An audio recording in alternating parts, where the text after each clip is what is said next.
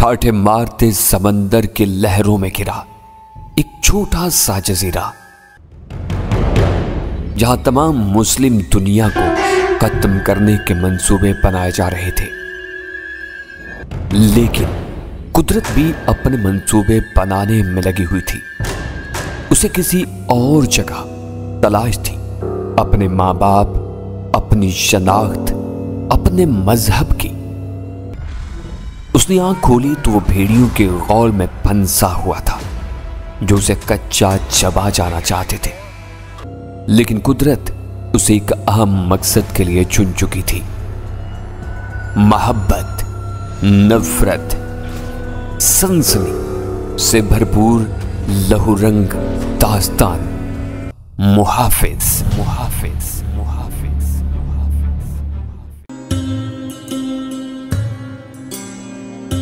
मैंने हसन अली से इतनी शुभ रवानगी का सबब पूछा। वो हमारी जीप ड्राइव कर रहा था। उसने जवाब दिया, मुमकिन है गुल खान और मुझ पर हमला करने वाले अब भी हमारी ताक में हों। इन्हें धोखा देने के लिए इतनी शुभ रवाना हुए हैं।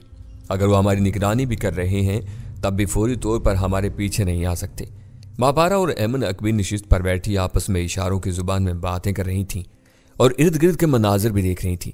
पहाड़ और जंगल जैसे तारीकी के पर्दे से बाहर आ रहे थे। मैंने हसन अली की तरफ झुक कर आहिस्ता से कहा, आप माने या ना माने, इस सारे चक्कर में ये लड़की भी मुलव्विस है। हम पर हमले इसकी वजह से हो रहे हैं। ये जिन हालात में हम तक आई है वो खासे पुरस्रार हैं। हसन अली मुस्कुराया, लगता है तुम आजकल पुरस्रार कहानियां पढ़ रहे हो या कोई पुरस्रार फिल्म देख ली है, इसलिए तुम्हें सादा सी बात भी पुरस्रार लग रही है। आप ना माने, मुराद खान ने इस लड़की के लिए जो बेताबी दिखाई थी वो इस वक्त मुझे बड़ी सती सी लगी थी। मगर अब मुझे महसूस हो रहा है इस लड़की का हसूल इसलिए नहीं था जो वो मुझ पर जाहिर कर रहा था, बल्कि मामला कुछ और है। आप खुद गौर करें, इन्होंने अपनी जमीन से गुजरने वाले अफराद पर इतना खौफनाक हमला क्यों किया? तुम्हारा मतलब है मुराद खान इस हमले में मुलव्विस नहीं है जिसमें अमन के कबीले वाले मारे गए थे? मैं ये नहीं कह रहा, बस मुझे रह रहकर यह ख्याल आ रहा है मामला इतना सादा नहीं है जितना नजर आता है। क्या आपने इस लड़की के कबीले के बारे में मालूमात हासिल करने की कोशिश की? हसन अली ने सर हिलाया। मैं ये काम करता रहा हूँ और इत्तेफाक से मेरी मुलाकात चंद ऐसे अफराद से हुई जो अमन के कबीले के बारे में जानते हैं। यह कबीला जो बरनामी कहलाता है पाकिस्तान के इंतहाई शुमाल में इस इलाके में आबाद है जहाँ कराक्रम और हिंदूकश के पहाड़ी सिलसिले आपस में मिलते हैं। ये जगह बेहद अहमियत की हामिल है। तुम जानते हो क्यों? क्योंकि यह इलाका तीन बड़ी ताकतों यानी रूस, चीन और भारत से बेहद नज़दीक है। हसन अली ने तारीफी अंदाज में सर हिलाया। इसका मतलब है तुम बैनुल अक़वामी सियासत पर भी नजर रखते हो, वरना रूस का नाम न लेते। उस्ताद मोहतरम, ये बात तो आज का एक बच्चा भी समझता है कि वस्त एशिया के मुस्लिम ममालिक नाम निहाद ही आज़ाद हुए हैं, वरना दर हकीकत ये आज भी रूस के ज़ेर असर हैं। मगर सवाल यह है कि इस बैनुल अक़वामी सियासत का एमन के कबीले से क्या ताल्लुक है? हसन अली सोच कर बोला, मुमकिन है कोई ताल्लुक हो। जब मैं बरनामी कबीले के बारे में छानबीन कर रहा था तो ये अजीब बात सामने आई कि 1983 में रूसी फौज की स्पेशल दस्ते ने रातों रात सरहद अबूर करके इस कबीले के इलाके पर हमला किया। इस हमले में खासे बरनामी मारे गए या जख्मी हुए थे। रूसी दस्ते ने इनके घरों की तलाशी ली। इन्हें किसी खास शय की तलाश थी। इस शय की तलाश में नाकामी के बाद इन्होंने बरनामी कबीले की 12 दोशीज़ाओं को अगवा कर लिया और इन्हें अपने साथ ले गए। गालिबन इनका मकसद बरनामी कबीले पर दबाव डालकर इस चीज़ को हासिल करना था, मगर वो रूसी दस्ता भी वापस अफगानिस्तान नहीं पहुंचा। अलबत्ता अगवा की जाने वाली 12 दोशीज़ाएं वापस कबीले में आ गई थी। मैंने जिस शख्स से यह दास्तान सुनी है इस वक्त वो कबीले में था, बल्कि रूसी दस्ते ने इसे ज़बरदस्ती अपना गाइड बना लिया था और जाते वक्त इसे कबीले में छोड़ गए थे। वो क्या चीज़ हो सकती है? हसन अली ने शाने उचकाए। क्या कहा जा सकता है? मुमकिन है वो कोई कीमती खजाना हो या कोई ऐसी शय जो किसी मुल्क के लिए अहम हो सकती है, कोई तारीखी विरसा या कोई मजहबी आसार।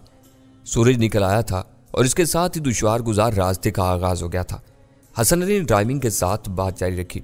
बरनामी कबीला इस हद तक पुरस्कार है कि इसके आस पास रहने वाले कबाइल भी इसके बारे में ज़्यादा नहीं जानते हैं।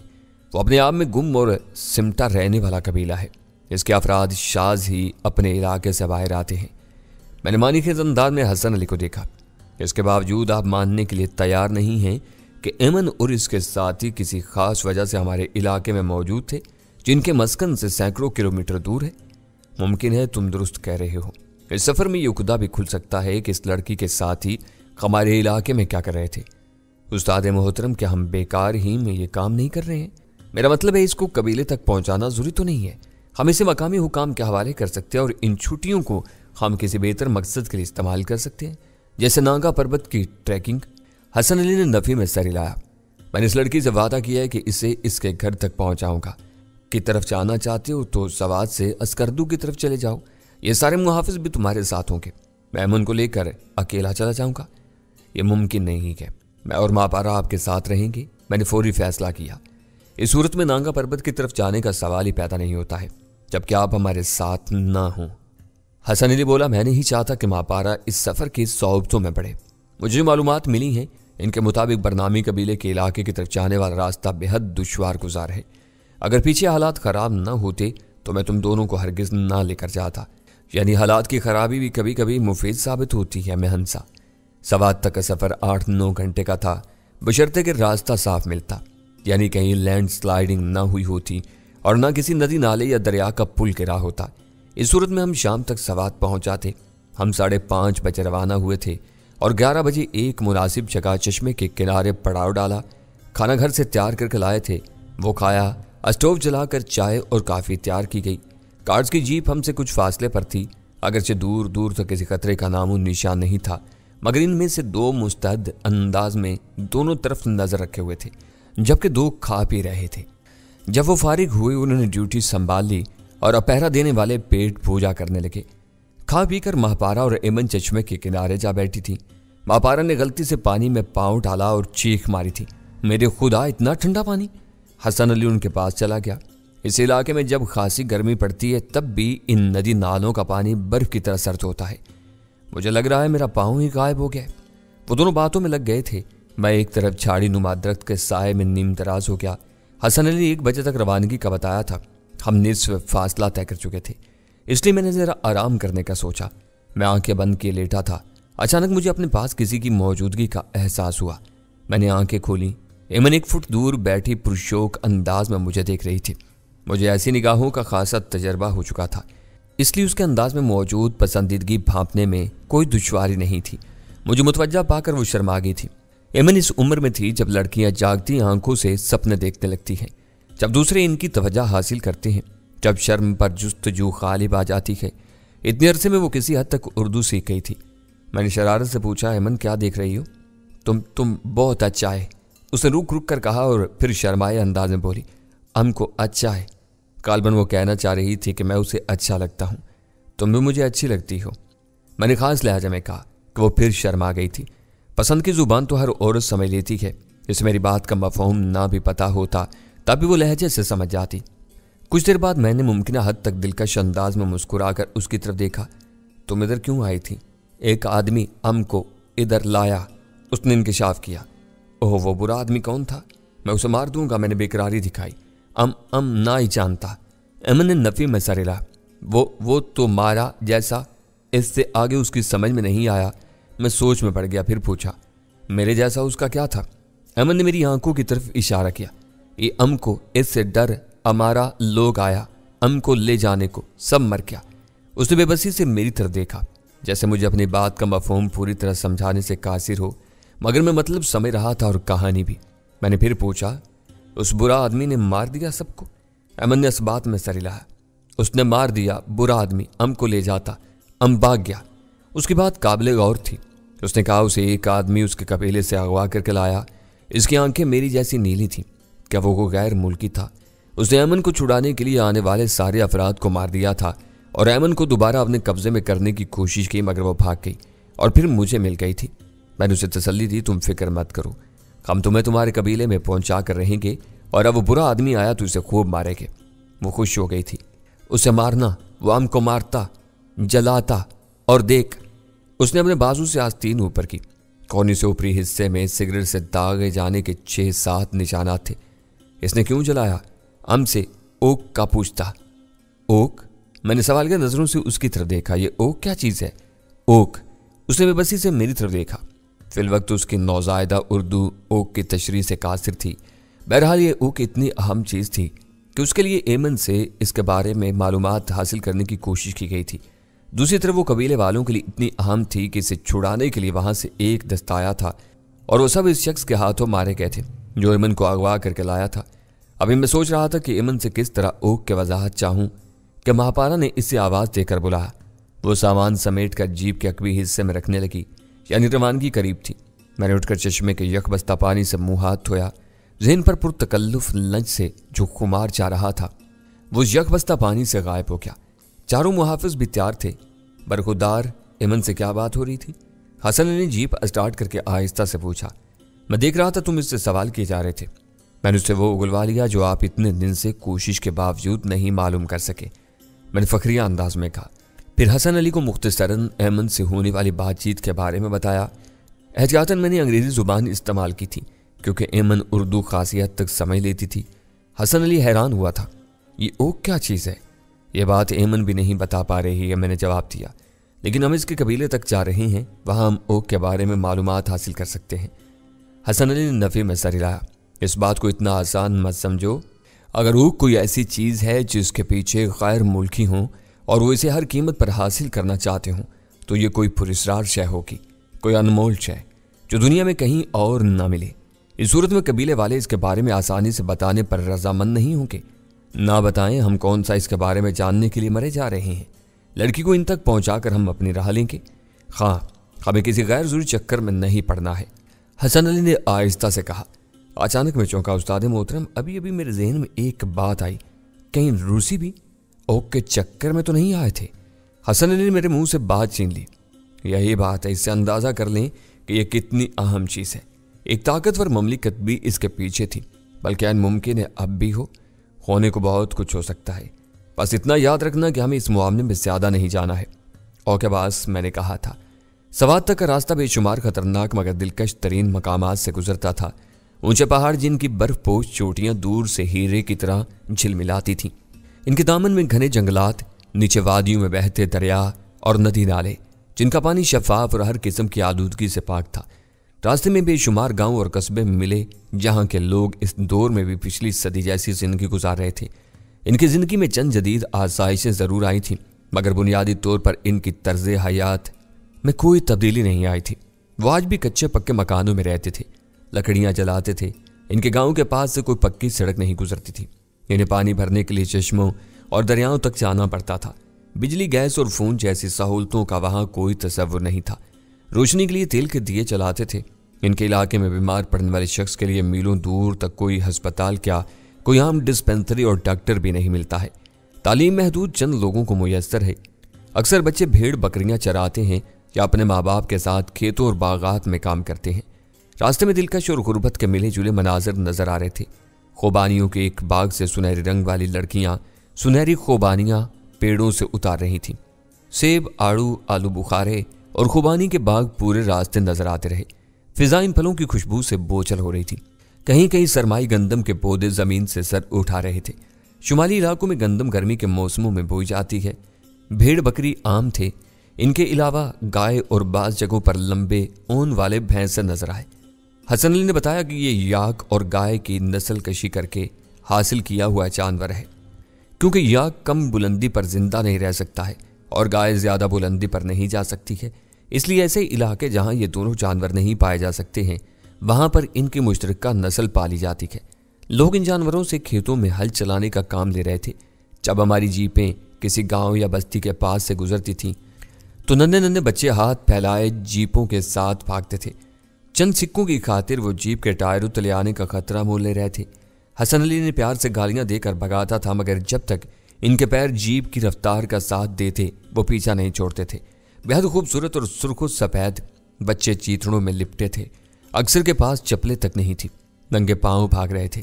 हैरतहीन पथरीले रास्तों पर इनके पैर जख्मी नहीं होते थे। शाम 6 बजे के करीब हम सवात की वादी में दाखिल हो रहे थे। वादी के वस्त में दरिया बह रहा था जिसके दोनों तरफ सवात का शहर आबाद है। दरिया पर पार जाने के लिए पुख्ता पुल था, लेकिन बाज़ जगहों पर झूलने वाले रस्से के पुल थे।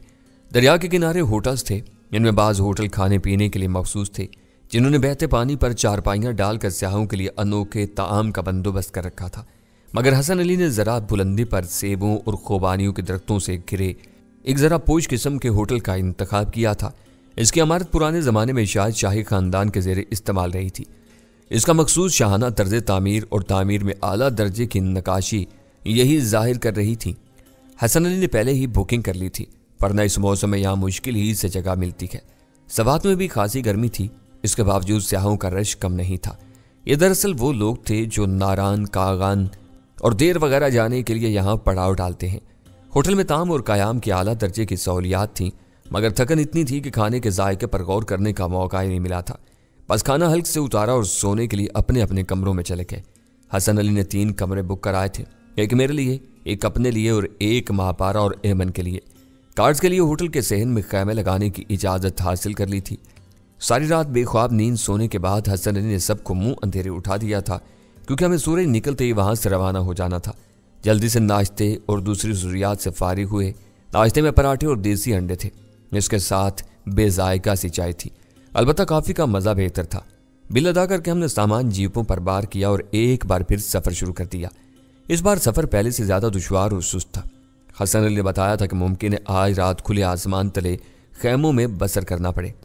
सवाद में गर्मी थी, मगर जैसे जैसे हम बुलंदी की तरफ जा रहे थे फिजा खुश्क होती जा रही थी। इस वक्त हम सतह समंदर से 7000 फुट के बुलंदी पर थे। जीप मजीद बुलंदी की तरफ जा रही थी। जीप पहाड़ के किनारे से लग कर रेंग रही थी। बाज़-औक़ात मुख्तसर सी हरी भरी वादियाँ भी नजर आती थीं, लेकिन ज़्यादातर हम खुश्क और ऊंचे पहाड़ों में सफ़र करते रहे थे। इस जगह ड्राइविंग आसान नहीं थी, इसलिए हसन अली की सारी तवज्जो ड्राइविंग पर रही थी और मैं बोर होता रहा। महापारा और एमन भी बातें कर करके अब खामोश हो गई थी। बाज़ मकामात ऐसे आए थे जहां से गुजरते हुए दिल हल्क में आ जाता था। इस बार मुहावजों वाली जीप आगे थी और इसमें एक गाइड भी था जो जीपों के सफ़र के दौरान हमारी रहनुमाई करता, और हम एक गाँव तक जा पहुँचे जहाँ से हमें पैदल और खच्चरों पर सफ़र करना था। यह सफ़र 2 दिन जारी रह सकता था, तब ही हम एमन के कबीले तक पहुँचते। गोया 4 दिन का सफ़र था। 12 बजे हम एक छोटी सी वादी में रुके। चारों तरफ खुश्क और भूरे पहाड़ थे, इनके दरमियान यह हरी भरी वादी अनोखी लग रही थी। वादी की एक तरफ ऊपर से पानी आबशार की सूरत में नीचे गिर रहा था और बहता हुआ नीचे कहीं जा रहा था। हमने इस आबशार के करीब पड़ाव डाला। इस बार ताज़ा खुराक के बजाय टिन पे ग़िज़ा पर गुजारा करना पड़ा था। मैंने तले हुए मटर और मछली ली थी। खाने के बाद काफ़ी पी। सुबह से अब तक बैठे बैठे जिस्म अकड़ गया था। मैंने हसन अली से इजाज़त मांगी, उस्ताद मोहतरम अगर आपको एतराज़ न हो तो मैं ज़रा ऊपर तक हुआ हूँ, जिस्म अकड़ गया है। हसन अली ने इत्मीनान से जवाब दिया, मुझे कोई एतराज़ नहीं है, क्योंकि मैं खुद तुम्हारे साथ चल रहा हूँ। ड्राइविंग ने बोर कर दिया है, तो इसमें मेरा क्या कसूर है, मैंने बनावटी फिक्र से कहा। ज़रा देर बाद मैं और हसन अली वादी के ऊपरी हिस्से की तरफ जा रहे थे। रास्ता ज़रा दुश्वार था, लेकिन हम इस किस्म के रास्तों का बहुत तजर्बा रखते थे, इसलिए ऊपर चढ़ने में ख़ास मुश्किल पेश नहीं आई थी। हसन अली के गले में दूरबीन लटक रही थी। इस वक्त मुझे इल्म नहीं था कि वो एक ख़ास मकसद के तहत ऊपर जा रहा है। उसने वादी के बुलंद तरीन हिस्से में पहुंचकर आंखों से दूरबीन लगाई और इस तरफ देखने लगा जहां से हम आए थे। वो चंद लम्हे दूरबीन इधर उधर घुमाता रहा, फिर उसने कोई चीज़ देख ली और दूरबीन उस पर मरकूज करने लगा। हसन अली 10-15 मिनट तक दूरबीन से जायज़ा लेता रहा, फिर उसने दूरबीन आंख से हटा ली। मेरा अंदाज़ा दुरुस्त था। शुक्र है, मैंने खुलूस नीयत से कहा। क्या मतलब? हसन अली ने घूरा। मतलब ये कि आपका अंदाज़ा दुरुस्त है, गलत नहीं है, मैंने सादगी से कहा। हसन अली ने दोबारा दूरबीन संभाली और मैं इर्द गिर्द का नज़ारा करने लगा। दूर शुमाल मगरिब में बर्फपोश पहाड़ियाँ चमक रही थीं। इस वक्त भी हम कोई 8000 फुट की बुलंदी पर थे। चट्टानें गर्मी से तप रही थी, लेकिन हवा खुनक थी। मुझे प्यास लग रही थी। वैसे भी खाने के बाद पानी के बजाय काफ़ी ले ली थी, इसलिए अब प्यास ज़्यादा ही महसूस हो रही थी। मैं मुंतज़िर था कि हसन अली फारिग हो तो हम नीचे चलें, मगर लगता था उसे कुछ ज़्यादा ही दिलचस्प मंजर नज़र आ गया था। मैंने उकताकर कहा, उस्ताद मोहतरम यहाँ पर औरतें भी नहीं होती हैं, फिर आप क्या देख रहे हैं? बकोमत वो दूरबीन हटाए बगैर गुराया। ओके, मगर आप इरशाद फरमाएं कि इतनी देर से किसे ताड़ रहे हैं?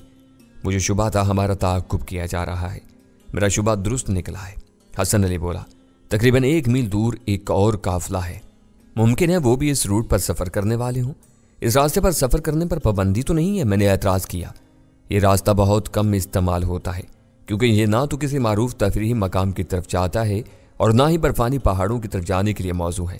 मैंने ये रास्ता इस वजह से इख्तियार किया है, एक तो हम जल्द पहुँचेंगे, दूसरे किसी से मुठभेड़ का इम्कान नहीं होगा।